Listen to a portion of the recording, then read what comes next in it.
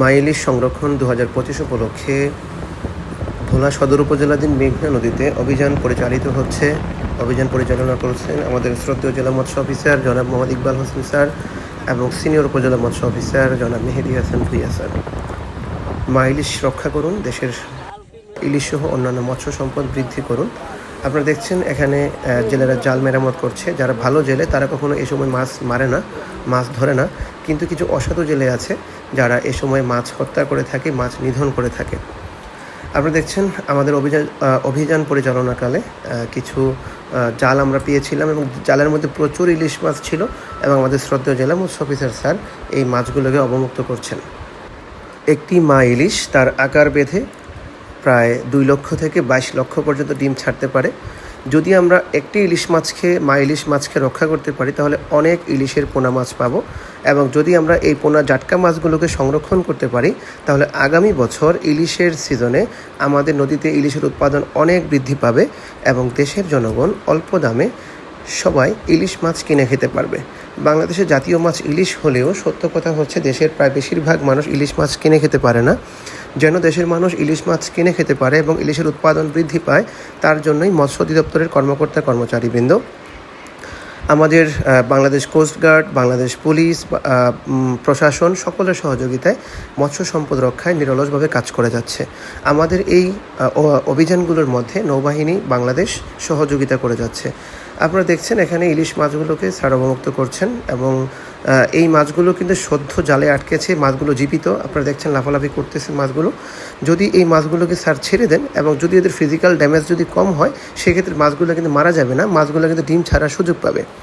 তাই দেশের সচেতন সকল মানুষের প্রতি আমার উদাত্ত আহ্বান থাকবে, আপনারা প্রত্যেকের জায়গা থেকে এই আমাদের মা ইলিশ সংরক্ষণ অভিযান 2025 সফল করার জন্য সহযোগিতা করুন। মনে রাখতে হবে, যদি আমাদের ইলিশ মাছ বাঁচে তাহলে জেলেদের পাশাপাশি সমগ্র বাংলাদেশের মানুষের লাভ হবে, আর যদি ইলিশ মাছ ধ্বংস হয়ে যায় জেলেদের পাশাপাশি সারা বাংলাদেশের মানুষেরই কিন্তু ক্ষতি হবে, কম বা বেশি। আমরা মৎস্য অধিদপ্তর নিরলসভাবে কাজ করে যাচ্ছি এই ইলিশ মাছ রক্ষা করার জন্য। যদি আমরা ইলিশ মাছকে রক্ষা করতে পারি এবং যদি জাটকাগুলোকে সংরক্ষণ করতে পারি, আপনারা জানেন যে নভেম্বর থেকে শুরু করে জুন মাস পর্যন্ত জাটকা সংরক্ষণের সময় চলে, এবং সে সময় যদি আমাদের জেলে ভাইরা জাটকাগুলোকে যদি সংরক্ষণ করে, যদি তারা না মারে, তারা যদি সে সময় বড় ইলিশগুলোকে আহরণ করে ছোটোগুলোকে ছেড়ে দেয়, সেক্ষেত্রে কিন্তু আমাদের নদীতে ইলিশের উৎপাদন অনেক বৃদ্ধি পাবে। প্রিয় দর্শক, বাংলাদেশের প্রায় কার্ডধারী জেলে আছে 20 লক্ষ, এবং এই 20 লক্ষ জেলের যদি আমি প্রত্যেক ফ্যামিলিতে 5 জন করেও ধরি, প্রায় 1 কোটি মানুষ প্রাকৃতিক মৎস্যের উপর নির্ভরশীল। যদি প্রাকৃতিক মৎস্য একেবারে ধ্বংস হয়ে যায় সেক্ষেত্রে কিন্তু এই 1 কোটি মানুষ কিন্তু তাদের জীবিকার্জনের জন্য অন্য পেশায় ডাইভার্ট হওয়ার চেষ্টা করবে। আর যেহেতু বাংলাদেশে এমনিতেই কর্মসংস্থানের সংকট, সেক্ষেত্রে কিন্তু কর্মসংস্থানে আরও বেশি প্রতিযোগিতা সৃষ্টি হবে এবং অনেক মানুষ বেকার হয়ে পড়বে এবং মানুষ দিন দিন দরিদ্র হয়ে যাবে। তাই আমাদের প্রাকৃতিক মৎস্য সম্পদ রক্ষার কোনো বিকল্প নেই।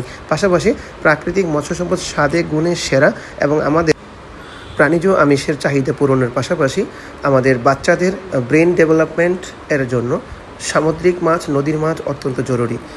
মেধাবী ও সুস্বাস্থ্যবান জাতি তৈরি করার জন্য প্রাকৃতিক মাছের কোনো বিকল্প নেই। তাই আমরা প্রত্যেকের জায়গা থেকে প্রাকৃতিক মাছ রক্ষায় সহযোগিতা করি, মা ইলিশ রক্ষা করি, ইলিশের উৎপাদন বৃদ্ধি করি। আসুন আমরা সবাই মৎস্য অধিদপ্তরকে সহযোগিতা করি প্রয়োজনীয় তথ্য দিয়ে এবং সর্বপ্রকার সহযোগিতা করে। আসুন মা ইলিশ সংরক্ষণ 2025 সফল করি, ইলিশের উৎপাদন বৃদ্ধি করি।